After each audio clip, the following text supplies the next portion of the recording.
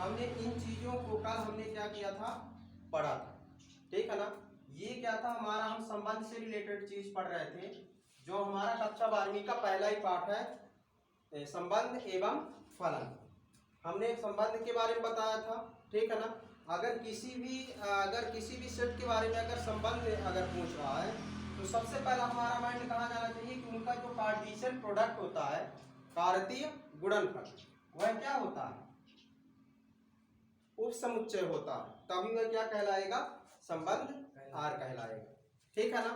इसके बाद हमने ये जो भी हम संबंध इसमें हम पढ़ रहे हैं, ठीक है ना, हम संबंध इसमें जो पढ़ रहे हैं ये टोटली कौन सा संबंध होता है, द्विआधारी संबंध होता है। कौन सा संबंध होता है, द्विआधारी संबंध। ये क्या है? मतलब यूट्यूब। तो देखो हमने द्विआधारी संबंध के बारे में हमने पढ़ा था, ठीक है ना।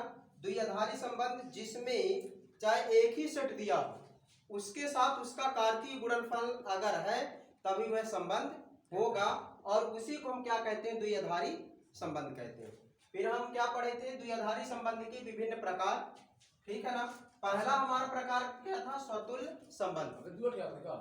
स्वतुल्य संबंध का मतलब क्या होता है कि यदि कोई भी चीज है, ठीक है ना, कोई भी, जैसे कि अगर हम मान लें किसी त्रिभुज के बारे में हम बात कर रहे हैं, ठीक है ना, अगर हम ये त्रिभुज लें और इस त्रिभुज के बारे में हम कहें क्या ये स्वयं से रिलेटेड है या स्वयं से संबंधित है। स्वयं से संबंधित का मतलब इसकी जो भुजाएं हैं, कोण हैं, उसी त्रिभुज के बराबर, उसी त्रिभुज की जैसे होंगी तो ऑलरेडी होंगी। अगर हम कहें कि हमारे जैसे हम हैं, हम स्वयं से संबंधित रखते हैं कि नहीं रखते हैं, तो हाँ हम रखते हैं, क्योंकि अगर हम में जो भी गुण है और हमारे ही गुणों से तुलना होगी तो वही गुण होगी जो हमारे में है, ठीक है ना। तो स्वतुल्य का मतलब होता है कि उसी चीज का संबंध उसी चीज से हो, ठीक है ना। तो हमने क्या लिखा था, एक्स रिलेशन एक्स, मतलब जो स्वतुल्य संबंध कहता है कि स्वयं का संबंध स्वयं से होना चाहिए, समुच्चय के प्रत्येक अवयवों का संबंध स्वयं से होना चाहिए। तो x relation x for all, लेकिन इस यक्ष का संबंध, यक्ष का अस्तित्व किससे होगा, समुच्चय ए से ही होगा, ठीक है ना।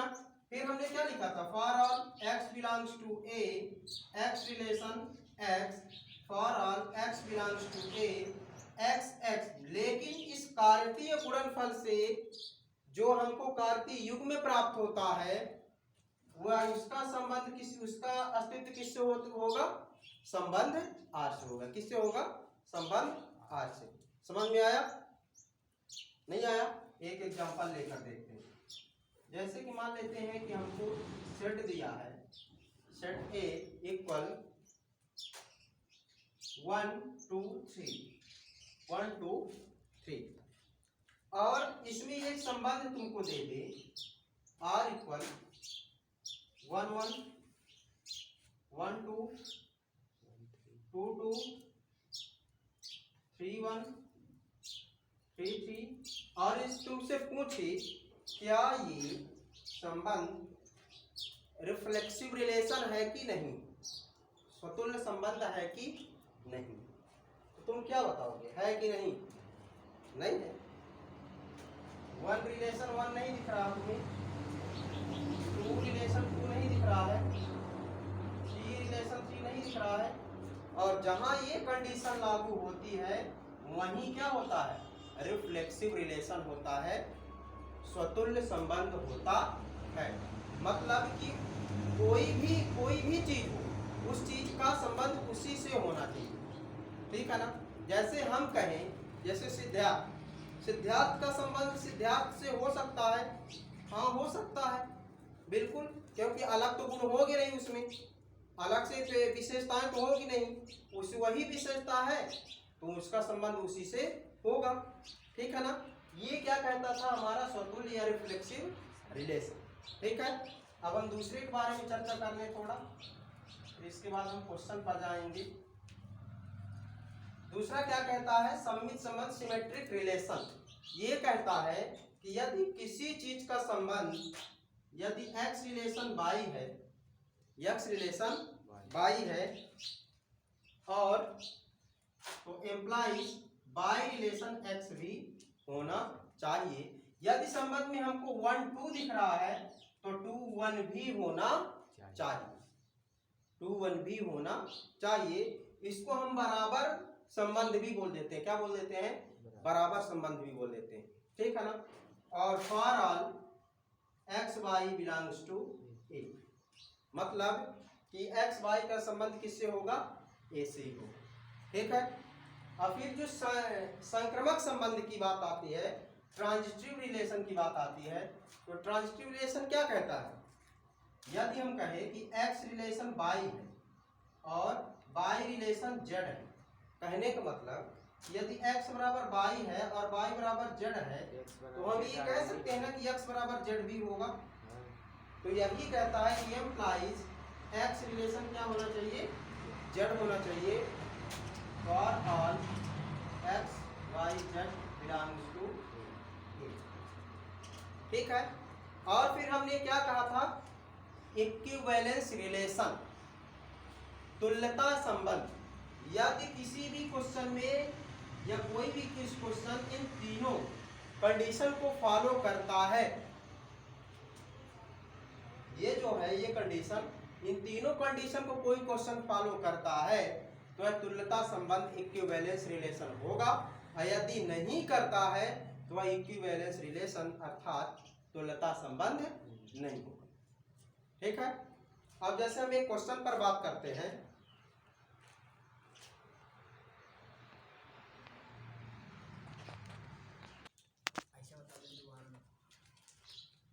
देखो हम एक क्वेश्चन ले रहे हैं, इंपॉर्टेंट क्वेश्चन है, ठीक है, एनसीईआरटी का है और एनसीईआरटी बुक तो पढ़ ही रहे।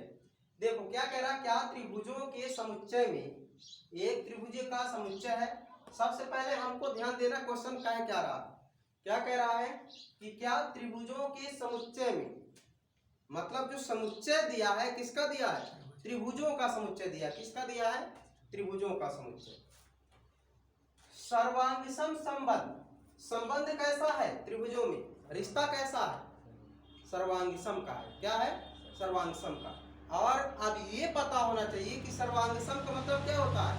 उसकी सभी भुजाएं, उसके सभी कोण, उसकी सभी विशेषताएं क्या होना चाहिए? आपस में बराबर होनी चाहिए। क्या होना चाहिए? बराबर होना चाहिए, समान होना चाहिए।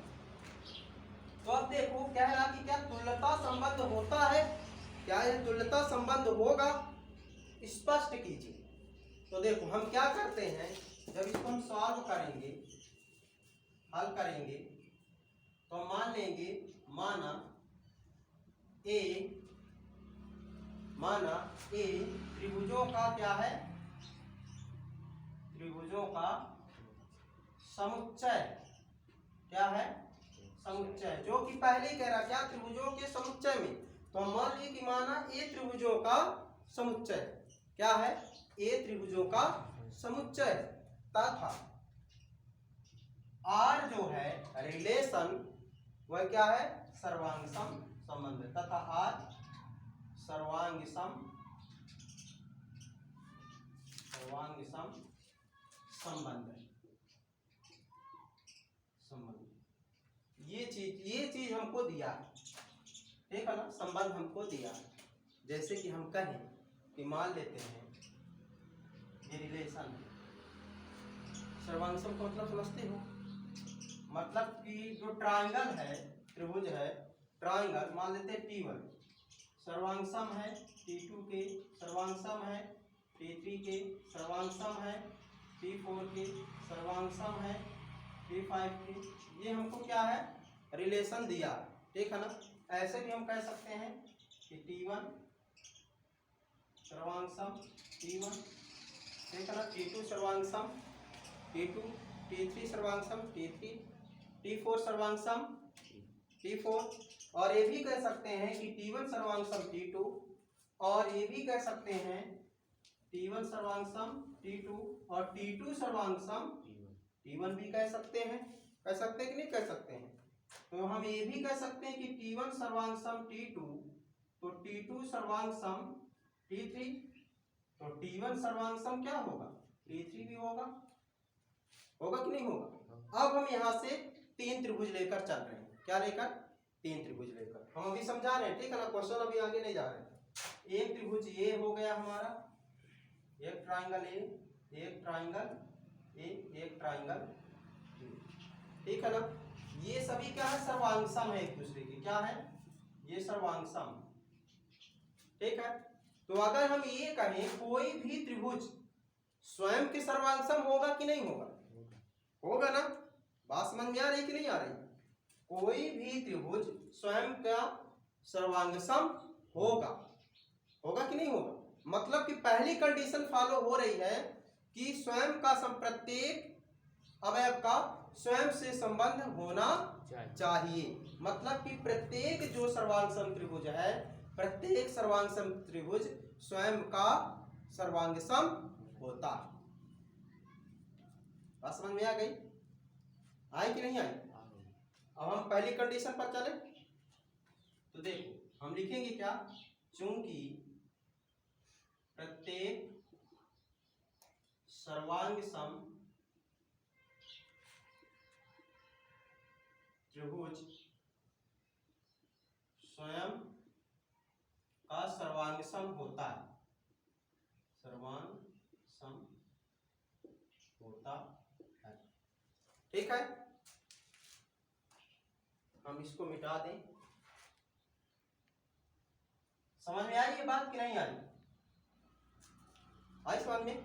तो हम अर्थात ये कह सकते हैं, क्या कह सकते हैं कि x रिलेशन x होगा कि नहीं होगा, होगा, और for all x belongs to A, मतलब x का संबंध x हम मान लेते हैं कि वह त्रिभुज है, क्या है, त्रिभुज है, ठीक है।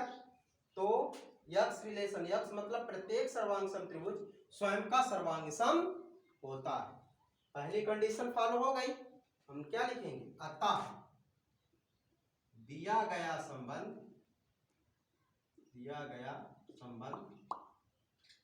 और स्वतुल्य, क्या है, स्वतुल्य संबंध, पहली कंडीशन क्लियर। अब दूसरी पर चल रहे हैं। अभी अभी हमने कहा कि एक त्रिभुज ये है, एक ही ये है, एक ही है, हम मान लेते हैं x y z। यदि x y के सर्वांग सम है तो क्या y x के सर्वांग सम नहीं होगा, है, होगा कि नहीं होगा, होगा ना। तो x y के सर्वांग सम है तो y भी x के सर्वांग सम होगा। तो हम यहाँ क्या लिखेंगे, चूंकि x y के,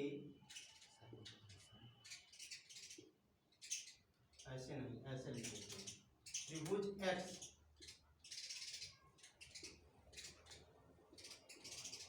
त्रिभुज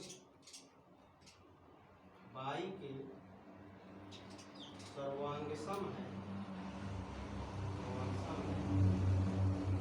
तो त्रिभुज y भी x के सर्वांग सम होगा, सर्वांग सम होगा। क्यों सिद्धार्थ, समझ में आ रहा है, सर्वांग सम होगा। अर्थात हम क्या कह सकते हैं, x relation y implies y relation x for all x y belongs to a, ठीक है ना। ये क्यों लगाते हैं, क्योंकि जो ये x y का अस्तित्व किससे होगा, फॉर ऑल का मतलब कि प्रत्येक, फॉर ऑल का मतलब प्रत्येक, कि प्रत्येक अवयव का जो संबंध अस्तित्व होगा वह किससे होगा, सेट ए से होगा, ठीक है ना। यहाँ क्या लिखेंगे, अतः आर सममित संबंध, सममित संबंध, ठीक है। अब यहाँ तक इसको थोड़ा लिख लो, फिर आगे हम कंटिन्यू करें।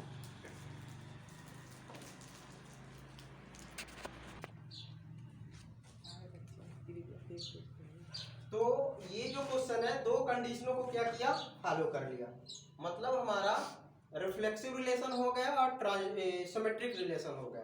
अब हम कहाँ पास चलेंगे, ट्रांजिटिव रिलेशन, संक्रमक संबंध। तो हमारा तीसरा कौन सा है? संक्रमक संबंध। अगर ये तीनों कंडीशन फॉलो हो गई तभी वह तुल्यता संबंध होगा, संक्रमक संबंध। देखो हम अभी क्या बताए कि तीन त्रिभुज हैं, हम मान लिए एक्स वाई जेड, या अगर एक्स वाई के सर्वांग है और वाई जेड के सर्वांग है, तो क्या एक्स जेड के सर्वांग होगा कि नहीं होगा? होगा। तो हम क्या लिखेंगे? क्योंकि त्रिभुज एक्स वाई के सर्वांग है, वाई के सर्वांग है, और त्रिभुज बाई जेड के सर्वांग है,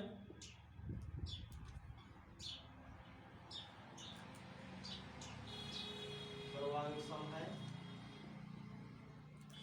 तो त्रिभुज एक्स जेड के सर्वांग सम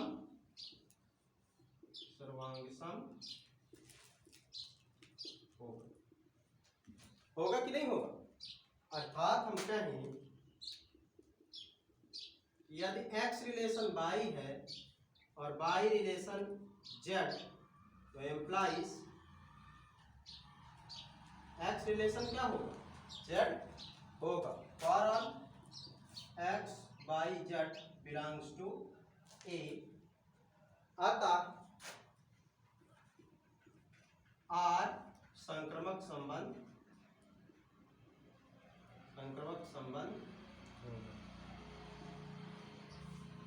है। इस प्रकार स्पष्ट